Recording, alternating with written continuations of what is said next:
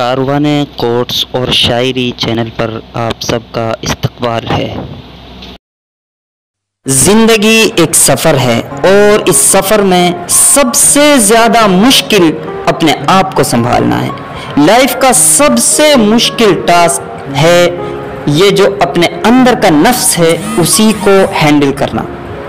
उस नफ्स की वजह से आप दोस्तों को दुश्मन, दुश्मनों को दोस्त, गैर अहल को अहल और अहल को दूसरी जगह दे देते हैं। इसी नफ्स की वजह से आप वैल्यूज़ स्टैंडर्डाइजेशन की बेसिस के ऊपर मुतासिब हो जाते हैं। इसी नफ्स की वजह से आप वो क्लेम कर देंगे जो आपके पास होगा ही नहीं, यानी कि आप तकब्बुर में पड़ जाएंगे। इसी नफ्स की वजह से आप वो चीज़ क्लेम करना चाहेंगे जिसे आप डिज़र्व ही नहीं करते हैं, जिसे हम कहते हैं हसद आपके अंदर पैदा हो जाता है। इसी हसद की वजह से, इसी नफ्स की वजह से आप अपने आप को इन्फीरियर यानी कि हल्का और कमज़ोर महसूस करना शुरू कर देंगे।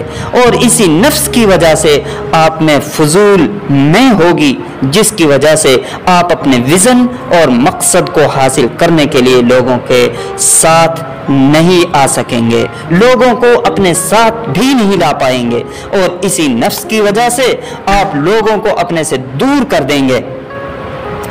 रिसोर्स, टाइम और जो कुछ आपके पास होगा उसको ज़ाय कर देंगे।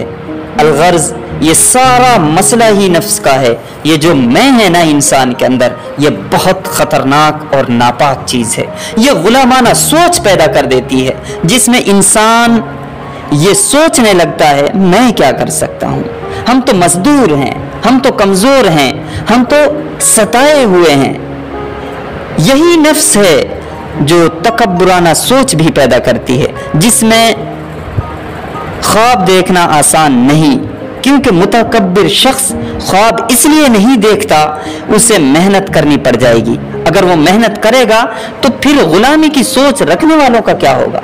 उसे तो वो तो ये समझता रहता है कि मैं अगर मेहनत करने लग गया तो ये गुलाम जो हैं ये क्या करेंगे, मुझे तो इन पर अपना कंट्रोल जमाना है। और जो अपने आप को सरेंडर कर चुके हैं वो भी इसी नफ्स की वजह से अपने आप को गुलाम बना चुके हैं, तो वो गुलाम हो जाते हैं। और इसी नफ्स की वजह से कुछ लोग मुतकब्बिर हो जाते हैं, घमंड करने वाले हो जाते हैं। लेकिन अगर आपकी ज़िंदगी में कोई ख्वाब है, आप खुद की इज्जत और रेस्पेक्ट करते हैं, यानी मन में कोई कचरा नहीं है कि जो चाहे मुझे जिधर डाल दे, जैसे चाहे ट्रीट करे, तो ऐसे लम्हात में मेरे भाई जिंदगी में ख्वाब देखने के लिए, ख्वाब सोचने के लिए और ख्वाबों को ताबीर देने के लिए लोहे का जिगर चाहिए, यानी अपने सीने के अंदर लोहे का जिगर पैदा करना होगा। That is your own heart, यानी आपका अपना दिल, वो रूह, वो नजरिया, वो फिक्र, वो तदब्बुर, वो तफक्कुर, दैट इंटरनल इंटेंशनल, आपकी कुव्वत इरादा, कुव्वत इस्तिक़लाल, वो सारा जो आपका क़ल्बी निज़ाम है, जो सोचता है, समझता है, वैल्यूज़ एडिशन करता है, चीज़ों को एनालाइज करता है, हक़ और बातिल की तफरीक करता है, गलत और सही को आपके सामने खोल कर रख देता है। अगर आप ये नहीं करेंगे, आप इस दुनिया में 3 साल का बैचलर कोर्स नहीं कर सकते।